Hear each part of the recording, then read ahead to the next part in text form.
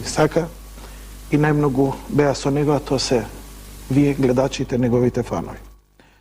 Токму заради нив вечерашнава емисија ја посветувам на Тоше Проевски и мислам дека во овој момент кога би можел да го прашам Тоше кого би сакал да имам у студио, токму овие луѓе сум убеден дека он би сакал да говорат за него.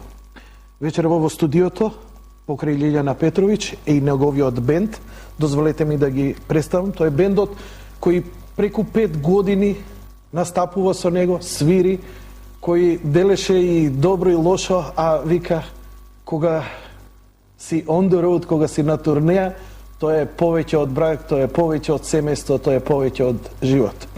Драган Ѓуровски, Трајко Симоновски, Предраг Икономовски и Михајловски Златко. Лилја. Добро вечер.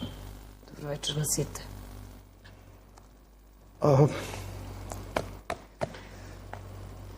Прво што имам задолжение е да заборавам све јас како новинар, како човек, како водител, да го поставам. Ја имам задолжение од оние што најмногу го сака, прво да ти изразам како најблиска што ти имам до него сочувство од името на сите оние кои го сака, кои го обожава, кои ја купуваа неговата музика, кои ги учеа неговите песни на памет, кои ги посетуваа концертите. Ја имам должност да и морална обврска да ја пренесам нивната љубов кон Тоше и нивната длабока почит кон тебе. Ова не е ништо измислено, ова не е ништо изманипулирано. Се ова што ти го пренесувам постои веќе на веб страната на емисијата, каде петиции, потписи и јавување.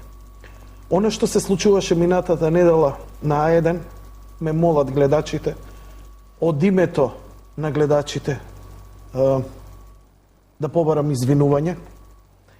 Да побарам извинување заради тоа што оние што го сакаат Тоше се почувствува посрамени од начинот на кој беше ти третирана.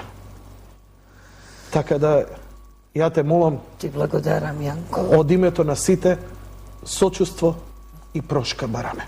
Хвала. Јас реков дека не сакам да идам на медија, си го прекршив зборот затоа што сакав, имав потреба да не сакав да се зборува за мене, сакав да се зборува за Тоша и имав обврска дека сакам да сите знае колку Тоша знаеше дека е сакан во оваа држава, знаеше, го почувствуваше секогаш тоа. Сакам да кажам дека сум верник и верувам дека, пошто стално причаше дека ќе се грижи за мене, дека сето ова од некаде се грижи сега за мене преку сите вас.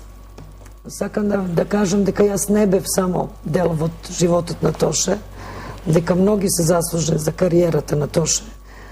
Сето потекнуваше и од народ кој го сакаше толку. Беше тука бенд кој 5,5 години тапаше со нас секаде, кои секој миг беа со Тоше, кои се најмеродавни да зборуват за Тоше. Сакам да овој народ го има представа што беше, не дека го нема, немој погрешно да ме свати никој, но сакам да луѓе кои беа блиски, кои су меродавни, го пренесеа тоа на начин на кој го доживеа, сагледаваше сето тоа. Му ветив на Тоше дека ќе збори македонски, многу му пречеше. Ја учев, не сакав да знае. Но сега сакам да испочитувам тоа. Малку ми тешко оди. Затоа ga прекрши збори да се заблагодарам на сите за поддршка. Јас умев да се справим кога требаше да се нешто брани, што немам сила да браним себе си, не сакам, но толка поддршка ми донесе толка обврска кон сите и се заблагодарувам на сите во Македонија за се што чинеше за нас и сега. И простите ми што го скрши зборот да не сакам да идем во емисија, но почувствував обавеза да дојдем да се заблагодарим на се. Потполно е разбирливо. Ја како еден од тие што имав последните чест тоше да дојде тука, да го видам во едно прекрасно, опуштено расположение, каде што разговаравме само за работи за кои он сакаше. Се согласувам со тебе дека може би и требаше да го прекрши зборот. Притисокот на медиумите беше страшен и мораше да се излезе затоа што едноставно и публиката бараше некои работи да прекинат, но сите беа шокирани од оно што се случуваше. И рековме нема да збориме за тоа. Океј, Лилја, океј, малце смири се ти, ја сакам... Добро сум. Јас сакам да поразговарам со бендот. 5,5 години, тоа е навистина голема километража. Кажете ми, со Тоше сигурно на памет ги знаете сите негови песни и така натаму, нели? Бенд сте, професионалци сте. Ме интересира една работа. Како функциониравте со Тоше? Ме интересираше оној однос. Еве има едно многу просто прашање. Кај вежбавте? Кај вежбаше Тоше? Кај се спремавте? Стварно едно чудно прашање. Повелете. Земете микрофон, кој сака нека проговори од вас, повелете. Вака ние од скоро почнавме да вежбаме, скоро, колку има 2 години, кај просторијата ова на Педо, бившата зграда, значи на скривница, која е адаптирана, убаво се изолирана како што треба. Па така underground бевте? Underground скроз, да. Да, и кој се опремивме, ставивме опрема се внатре. Беше пристано, имавме разбирање од луѓето од зградата, нормално, нели? Знаеа дека Тоше тука вежба? Знаеа, меѓутоа Тоше ретко дагаш. Тоше беше таков талент да кога ќе се договориме да ја чуе песната, нема тука што ние со саати да уежбаваме, едноставно доаѓаме во договорениот термин, се пробаваат песните, ги пеа одадоше без грешка и толку беше пробата со него. Повеќе ние пробававме сами меѓу себе да ги научиме онака фино песните, ако има некои гости кои доаѓаат со нас, пратечки вокали или за разлик. Инаку, што се однесува до Тоше, пееше совршено и од прва. Така да... Немаше потреба да се пробува? Немаше потреба, стварно. Едино некој тоналитет. Да. Он од прва се ќе дојде чисто кога да не го подигне морал. Ајде, дечки, инаку, од технички аспект. Добро, кажете ми, како се договаравте, како го создадовте, пошто на концерти делувавте како да ви кажам, прво звучевте како од плоча, предпоставувам, нели, се трудевте да го постигнете тој саунд, но нели има оние делови кога Тоше ќе почне со публиката, кога ќе почне, тогаш нели се стише басгет. Како го изградивте тој филинг да знаете кога он бара од вас, па да ја влечете песната, па onda прозбори, па да прими цвеќе? Тоа ти е таа километража, уствари. Ние поминавме низ цел свет стотици концерти и низ тие концерти созревавме заедно како бенд. Значи ние Тоше беше пејачот на нашиот бенд, значи бевме бенд заедно. Работевме и дишевме и веќе мислам немаше потреба Тоше да се сврти да каже сега продолжете ја песна, туку се чувствувавме, знаеш дека синергија меѓу вас, се знаеше дека ќе се случи тоа, не беше да, имаше нешто стриктно договорено. Да, првите, например, 2-3 концерти, тоа е со некаков знак, ама после вториот веќе знаевме што како треба, мислам, немаше ништо од тоа не беше вежбано специјално, дури имаше многу често нели имаме распоред на песни кои што се свират на концерт. Мислам во 90% од случаите дека не се почитуваше распоред. Како ќе му дојдеше нему по филинг, ги пееше стварно? Ќе тргне концертов и сега ќе дотрча кај нас, ќе се сврти, чекајте сега. Не таа што ја пишува по распоред. Неверојатно ми е ова. Оваа сега. Значи он си тераше по некој филинг, да, сега сакам, сега ќе ги... Сега е моментот за ова. Стварно, ова е многу интересно затоа што... Ама и во принципи тоа е природен начин на работење, зашто колку и ти да правиш список, не можеш да ја знаеш однапред атмосферата на концертот. Неверојатно ми е затоа што најголемите светски професионалци стрикно се држат до тоа. Тоше кој беше стварно топ професионалец можеше да го прави ова без никаква збуњола да има ни со вас, ни со него. Имавме ние стриктно распоред, секој од нас која ќе почне концертот, ама ретко завршуваше по тој редослед. Многу сакаше, например, кога настапуваме негде на бившиот Словенски, сакаше некоја локална песна да испее. Да, ставам. И тоа се дешаваше 3 минути пред концерт. Како тоа, например? Ајде, мога. Например, илустрирај ми, немам представа, пошто не сум например, гледал мој много. Дилбере или така нека. Како? Мој Дилбере, например. Мој дел, така Сараево. некоја у Сараево, така, да. Го пееше Зајди, Зајди и поздрави публика од Македонија. Публика поздрави од сите из Македонија. И тогаш рече, пошто певаме Зајди, Зајди, сега ќе певаме нешто и ваше. Да, нешто локално. И тогаш беше... И ќе дојде, ајде, мога, дечки, ајде да направиме, ја знаете. Која знаеме. Го направено. А никаков договор, ништо предходно, немавте ни признање. Спонтано така, секогаш спонтаното Сакаше нешто да се излегуваше. договориш. Ма не, уствари прескакува он Роки кога спомна нешто 90%, уствари беше поише на 98-99% дека работите идеја импровизација. Значи ние тоа што ќе го навежбавме, ама во почетокот на кога почнавме да работиме со Тоше, се трудевме да се држиме до тоа, ама и на него му сметаше тоа. Не му беше убаво. Он сакаше да импровизира нормално и тоа и се гледа на концертите према односот према публиката што го има. И тој стриктен концепт не му одговараше и не ни одговараше и на нас него. Едноставно во прво време требаше се ловиме, ама веќе после некоја година тоа стана онака. Нормално ни стана, он буквално не водеше нас, ние не ги имавме онака. Многу интересно затоа што, нели, вие знам професијата и сум учествувал у организации, знам колку се бендовите едноставно доаѓаат како фабричка машина за штампање и он ќе ги исполцаат, ќе ги извозат песните без многу емоции, но нели после некое време тоа станува напорно и за бендот и за пејачот. Не, он нас не форсираше не сакаше да импровизираме ние, да се даеме во концертот, ме разбираш, значи не да се држиме стриктно на, добро, понекогаш претерувавме, не знам, регија варијанти на чијаси, не знам што. Регија варијанти на чијаси, браво. Но тоа е креативно, значи он имаше сакал супер. Тоа беше, значи кога ќе тргнеше работава, ние ќе почневме на еден начин, меѓутоа си завршуваше Господ знае каде.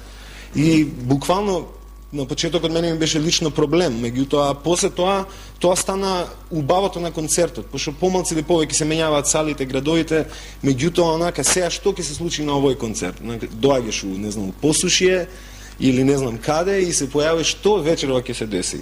И нормално, ќе се случи песна која што не сме свириле 4 години. Што мислите таа да ја пробаме ние вечер? Абе, тоа што ќе ја пробуваме пред луѓето, ајбе, ја знаете сте ја свириле. И тоа е тоа. Токава доверба имаше во вас. Многу. Ние си функциониравме онака, ние пошто Тоше беше нонстоп по патишта, ама кога не беше, кога беше у Скопје, често ние се слушаме, се гледавме, разговаравме. Дружба? Приватно? Да. Компоноваше Не беше тоа однос некој професионален, најде на турнеа и после секој свој работа. Првата година. Ние сега Две почнавме, години беше. баш сега во Австралија кога бевме се договаравме студио да правиме заедничко, пошто он имаше нонстоп песни ги правеше на мобилниот, на ова, на она. И пошто имавме помалку или повеќе сите веќе сме собрали некаква опрема за добро студио заедно со неговото и тоа беше идејата. Сега да седнеме и следниот албум што би го правеле, би го снимале ние, бидејќи до се устари ние и не снимивме нити една песна со него. Да, во студио, да. Меѓутоа, ете, сега кога ќе направиме следното што ќе биде ова бендовски проект, Тоше и бендот и супер, све беше онака позитивно. Лилја, апропо на овој муавет што го спомна Таци, прашуваат и гледачите. Од нивно име прашува. Ти спомна и они разбрали и така натаму дека Тоше многу материјал оставил. Видовме дека дома имал у Крушево и клавир, свирал, компонирал, правил. Не бил само пеач кој му пружале песни. Има многу материјали оставено. Дали имаш представа што со тие, прашуваат гледачите? Јас знам дека Тоше секогаш, Тоше си компоноваше во кола, во комби, со нив, на мобилни. Како? Тоше беше специфичен, кога му станаше да нешто му дојде, ќе си го зема телефон, ќе со нив, ќе си снима тралалалалала, така, и ќе си го сачува на телефон дома да си го баци на компјутер.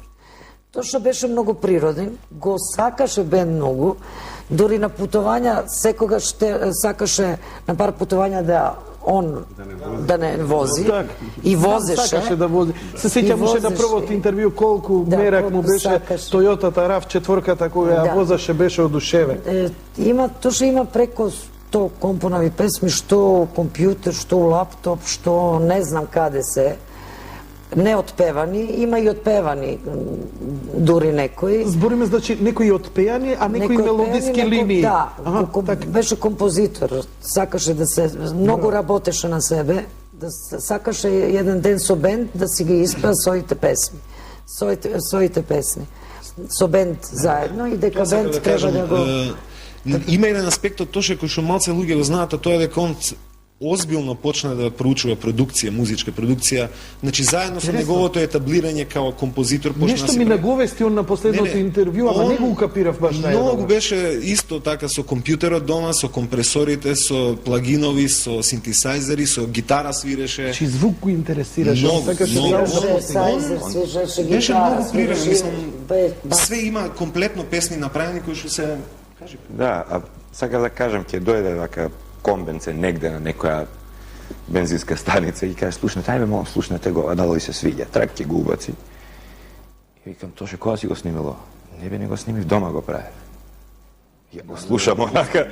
Озбилни се. Дај да го направиме. Не ми звучи направено више. Мислам, толку беше невероватен компактно као музичар, онака. Беше поголем музичар од сите. Талент не виден, мислам. Добро, Лилја вика ќе му дојде идеја, ќе го уклучи мобилниот и со вас, вика како изгледало тоа? Еве, ако Лилја не го објасни добро, како тоа го правил? Како ви доаѓа? Не знам, во Словенија да речеме, само ќе, не знам, Тацич дојдевам да чуеш, не се на телефонот ја и не можам баш точно да чујам, пошто е сепак на телефон. Добро. Ама он си знае, него беше телефонот подсетник. И се тие некои од многу ствари песни ја му ги имам чуено така на телефон, малце од нив ги има веќе он седнато летоска баш го правеше тоа, снимаше некои ствари своји и мислам дека 2-3 ствари дека има у неговиот компјутер од тие неговите баш што почна се во последно време да ги прави. Има мене ми даде баш една ствар, обработка од Whitney Houston, која ја додуше не знае дека од Whitney Houston, комплетно целата ја направила онака во аранжман, све одсвирено, све спастрено, све. Демек братче, јас сега не знам, идам летување на така наока, спремете ја со бендот да ја снимиме лајв, сакаше обработка да ја направиме таа ствар. И таа беше као првата песна што ја предвидов, нека заедно ќе ја снимаме. Така.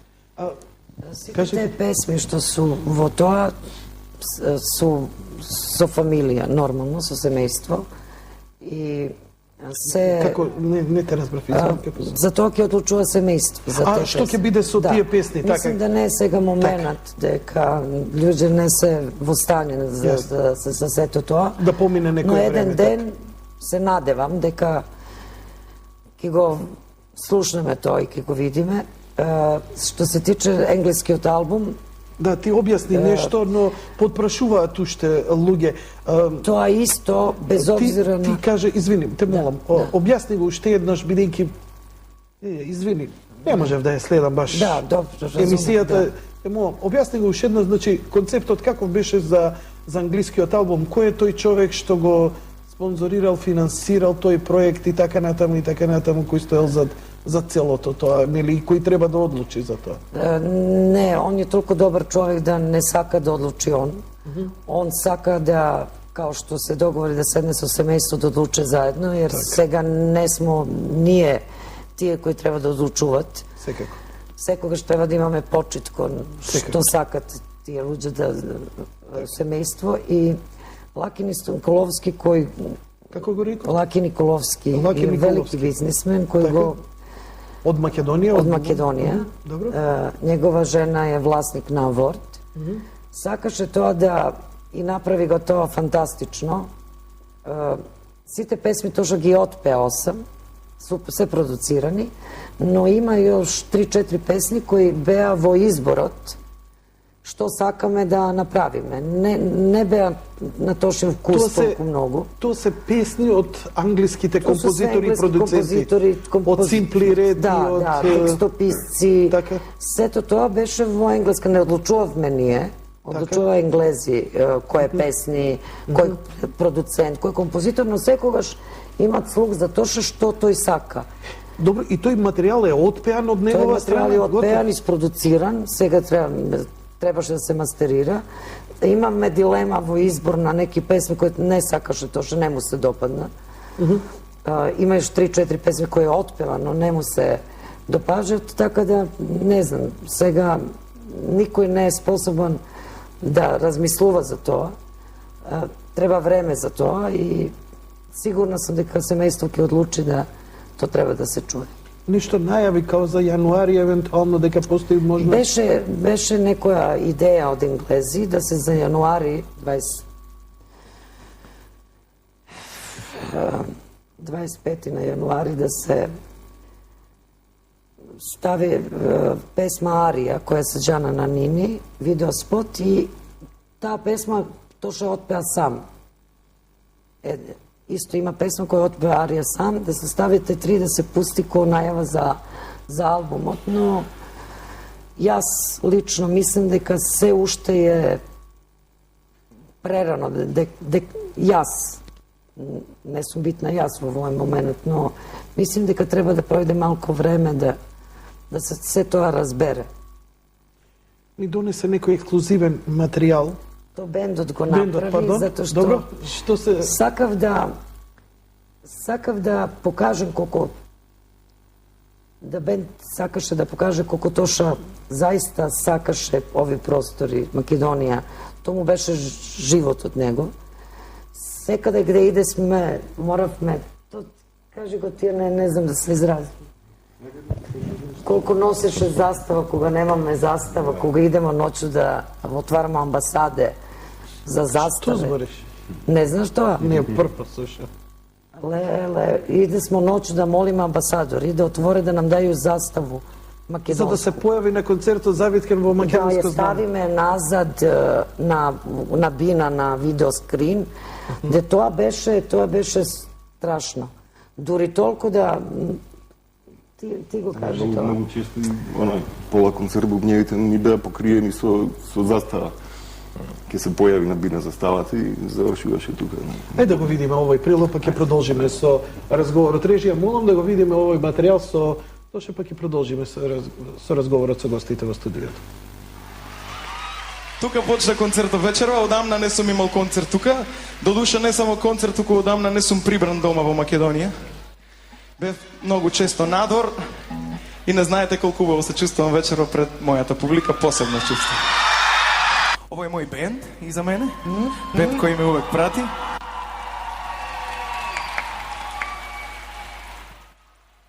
Таму е негде и моја менаџерица Лилјана Петровиќ. Данас си е мало ударила ногу, така да мора... Ето е таму маше со штакама. Ко може да ја види, може.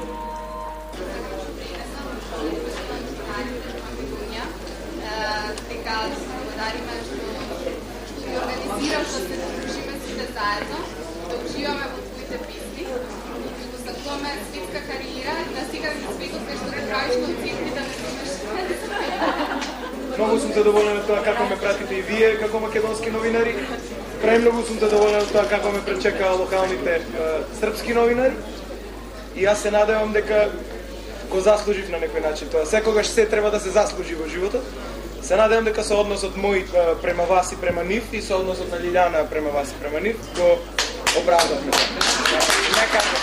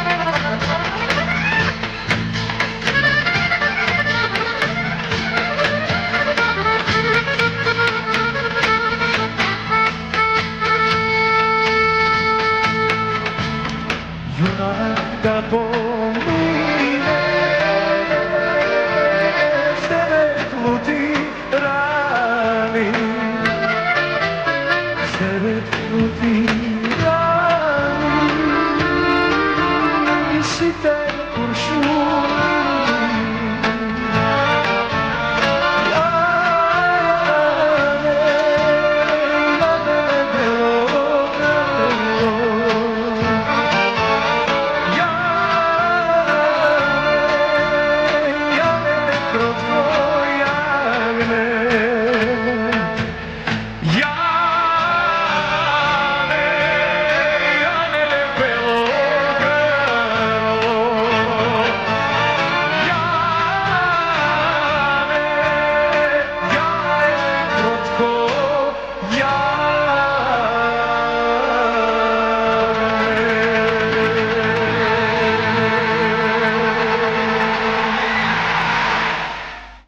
Еве само уште еден од многуте докази дека Тоше не само што беше голем професионалец, на вистина беше голем патриота, си ја сакаше и земјата и пријателите, си ја сакаше музиката, си го сакаше наследството.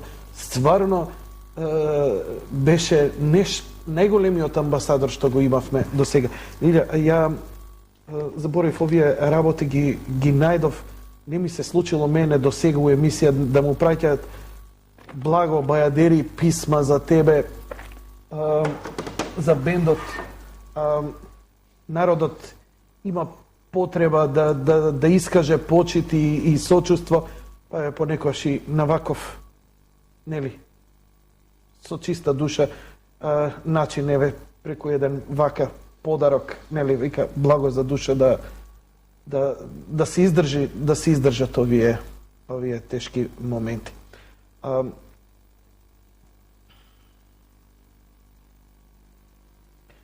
Како се држиш ти?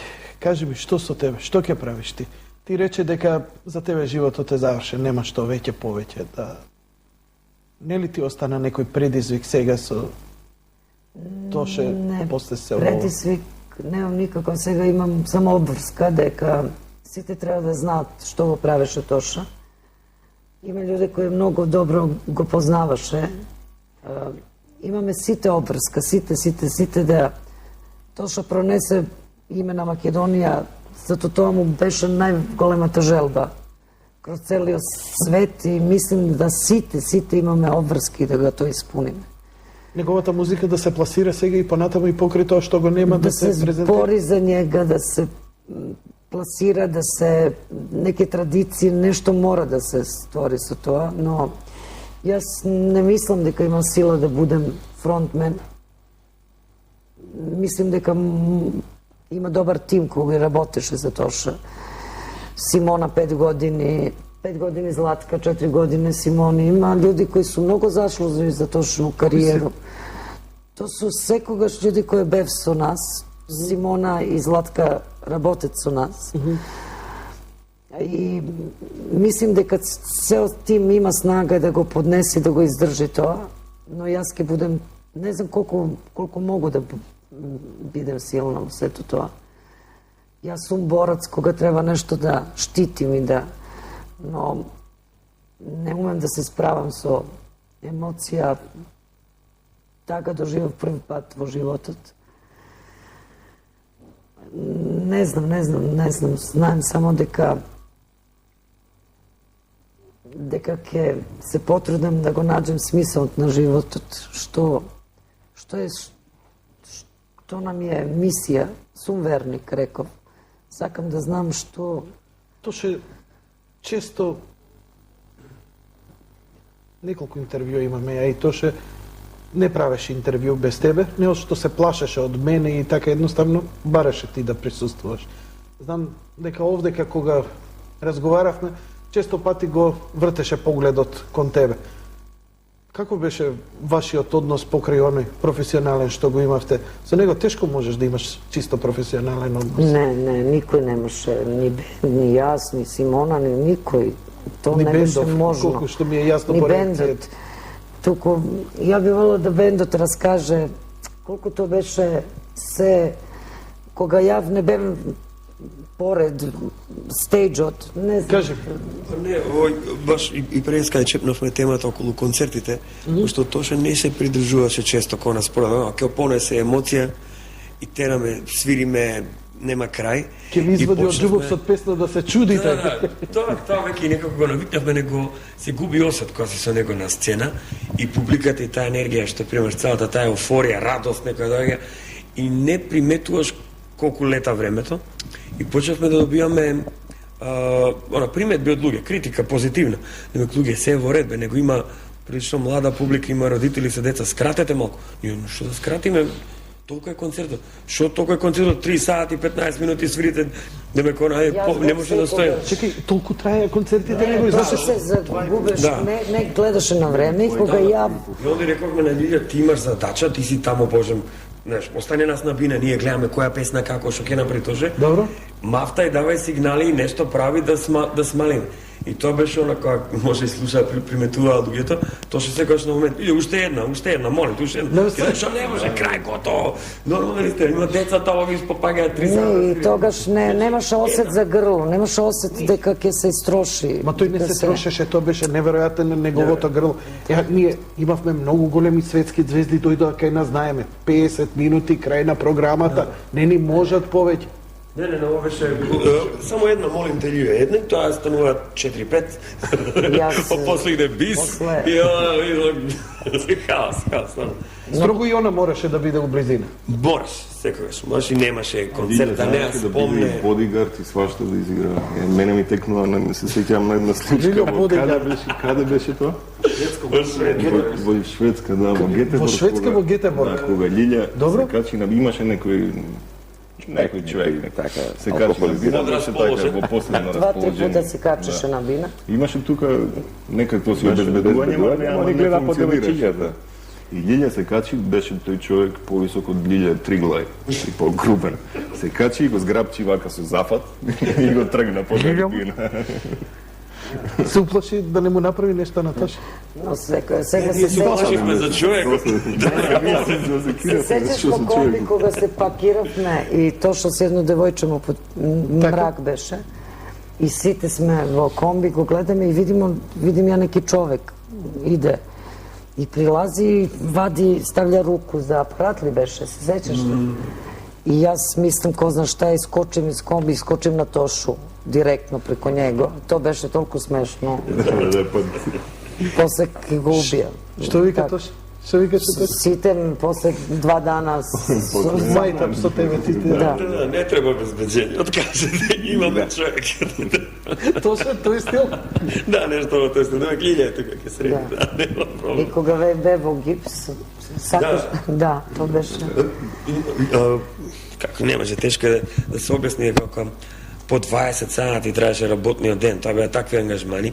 Лилија нормално предничаше у своите обврски и нон-стоп нешто, или крши рака, или крши нога, Кој? или Лилија, Она. или лигаментот, ногата у гипс, раката у гипс, рами исчашено, инекции. На турнеи. На турнеи, да.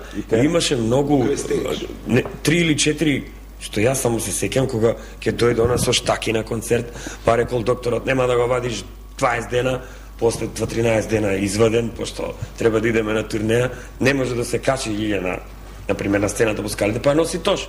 После концерт ќе се ја земе у раце Не носеше на и си ја земе во носи раце, у носи се во колата. хотел. Значи, мислам, Во колото. до крај пожртвуваност и се тоа. Едноставно така беше. Не остануваше време многу за калкулации, нешто или професионализам и ние свириме саат време и ни трунка повеќе. Туку Добро, имавте време да седнете ручек негде да си направите ѓезбе. многу ретко. Бензински станици, На таму се бензински гледа. станици се гледавте. Да. И таму јадевте? Не, како, но Не, како? И се случуваше еднаш дневно да се најадеш. Да, Прилика. А и не беше возможно поради големата А и он огромната стои популярност беше, на гледам добро беше, предпоставувам многу не се фрлаше на храна. Не, секогаш водеше ред. Многу, секогаш. да? Имаше спортски дух. Цело време се грижеше дома трчаше. Дај му го микрофонот. Не, па Тоше многу пазеше на нормално на тој аспект негов. Да, Значи он не, е добро, сепак така. а на крајот на криштата и он сакаше спорт, многу спортови сакаше. Така да тоа едноставно си дојде, неговиот изглед беше од повторно од неговата љубов да према спортот, према здрава исхрана и така натаму. Последното што ми го кажа овдека, јас овде седеше, вака беше сместено. Рече, го праша, викам, правиш надградба на гласот, знам дека го вежбаше гласот. Он не престана да се надградува, да го надградува својот вокал, а еве вие ми кажавте не само вокал, туку и воопшто како музичар се надградува и продуцентски. Вика, прв пат сум задоволен, вика, од нивото кое го успеав да го постигнам со гласот. Ја искрено викам, што е разликата од твојот прв концерт кога врнеше на Сајмиште, кога по две девојчиња му се бесеа, тој не фалшираше. Кажете ми, успеавте ли да го фатите дека фалшира некад? Единствено на тој концерт не настапувавме ние, а воопшто мислиш дали фалширал тоа? Ја никогаш не сум го чул. Може да му загребе грлото ако е зарипнат или нешто, ако е настинат. Но тој неверојатно имаше. Он беше погрешен тон. Јас барем го немам. Беше слухиста добро. Нешто беше слухиста него. Апсолутно. Апсолутен, а? Он да речеме кога патувавме, кој Значи навистина бил чудо талент, значи што е? невиден талент. Буквално онака како што го идеализираат луѓе, буквално таков талент беше, значи нема никакво преувеличување. Апсолутен слух, хармонија, познавање, онака, мислам, веројатно подобро од сите нас. И човекот, јас се сеќам кога баш Шведска, кога спомнавме, пошто со Комбе идевме натака навак и нонстоп бевме у Комбево, он ке тама ние сме задремале и он ке почне Стинг ке го пуштат на CD-то, он толку добро импровизираше, звиждеше со устата, као да свири човеков джезер кој да е од клуба и да е свирен. А тој афинитет кон джезот, тоа му беше нешто ептен ново, да речем последни. Джезот, ова ми е ново и не. Да. Не, он многу го сакаше Стинг и оттаму почна. Да, добро. Многу го сакаше. Овој ми е интересен податок. Стинг, што друго го влечеше него, вие вака? Што приметивте? Има... Добро, предпоставам дека бил сестра, но имал ли нешто вака? Еве, Стинг ми го... Па види, он многу го погоди Павароти. Него го погоди многу. Го погоди онака, мислам, изјавите, се што се случи, нели? Онака кажуеше ептен, дека му е тешко и дека... Кога почина Павароти, така? Да, почина. Од во однос на, не знам, на музика, знам дека беше, го обожаваше, нели, Deep Purple, Whitesnake, Coverdale. Што збориш? Да, тоа е он, тоа беше тој. Браво. Тоа беше неговата поганска сила, тој му беше идолот. И така он го сакаше тој звук. Мислам, зависи он, еве ако гледаш низ негова кариера од почетокот па до сега секој албум е различен. Меѓутоа како се движеше према овој дел, значи према Игри без граници, све повеќе и повеќе на кај рок звук имаше, рок призвук, значи од ако ви текнува уште пред 2 години со Тони Цетински, таа беше баш прва класична рок ствар, прем јас колку што сеќам. Па после тој искочи Срце не е камен, исто класична рок ствар. И у тој правец му се движеше на него. Нели, и рековте дека сакал следниот албум за овие простори да го направи со вас, што предпоставувам дека ќе влечело на кај некој по-рокерски звук. Не ве знам сите, но тебе те знам и ти исто дека влечеш натака. Предпоставувам се му одговара. По принцип ние сме рок бенд. Так. Рок бенд, после игра на случаеви, почнахме да свириме и фанки, сол и после и во поп, нели, влеговме водите. Енергична музика во себе. Да. И тоа што го примивме прво. Согласни луѓе. Да, не е ревијални, оние сочетка, да, така. Ја преска не знам дали спомнавме еднаш така, во Комбе ни пушташе Билли Айдол Спид, едно за 20 пути поред. Вака сакам, вака. Да, сега ќе направиме таква песна и на Евровизија. Да, тоа беше, сега идевме од Австралија, кога се враќаме од Австралија, значи, ние се враќаме од Австралија у вторник, а концертот на стадион беше у петок. И он меѓувреме дојде овдека, да, тука беше. И дојде он, у авион кога бевме, дојде со ајподот, е онака ние во шамутени цели, нормално неспанси и сето тоа, и вака ми ги извади моите од мојот ајпод слушалице, неговите и спиде онака пичи 130 децибели, братче, оваа на стадион да ја свириме. Од Билли Айдол Спид. Да, Тоше, 2 дена немаме да ја спремиме. Што ја знаете, што ви е гајле, ајде нема гајле. Не успеаме да Мука за бубњарот. Не, тоа и на нас ке ни беше кеф, нормално, него не може, он така беше пред секој концерт. Имаш и други концерти ке му текне, леле, ај оваа да свириме. Тоше во својот жанр, нели, кога излезеше албумот, имаше таа поп нота, нели, која обично, нели, затоа е попот таков најширока публика можеш да и се обратиш, но очигледно на сцена малце друга динамика е. И тоа разговаравме, викам, ги модифицираш ли песните за на стејдж? Викам, едно е на албум како звучи, ама на стејдж да, вика, сакам да бидат погласни, ми викаше, сакам да бидат побрзи, малце. Поенергични, да, поенергични, се даваше, ќе се внесеш и ќе добие песната сосема, то што знаеш, ќе се занесе, он даваше се од себе и онма и на таа полубалада песна, што ќе даде сосема друга една димензија, многу поенергични, он не повлече и нас, не влече си нас. Аха, го гледате вие на стејдж дека бара и он по... Те носи, онака те повлекува, мораш и ти не можеш да останеш равнодушен на... Добро, имавте ли вие имаше ли он, изведуваше ли една песна два пати исто на различни места? Ја добивам впечаток дека од изведба до изведба, од концерт до концерт, тоа било уникат. Авантура. Авантура. Секој концерт беше авантура, уствари. Ама заради тоа изгледаше тоа така, заради тоа и таква енергија имаше кај луѓето, кај публиката. Обично концертите што на нас ни звучеа фантастично, да речеме, и не беа за публиката баш, не беа баш нај... Добро? Имено, мислам, тоа беше главното, таа енергија он што ја даваше така, ја даваше единствено и тоа не можеше да се навежба никако и едноставно... Да, спонтано и... Сакаше да осети публиката и му паѓа идеи на памет.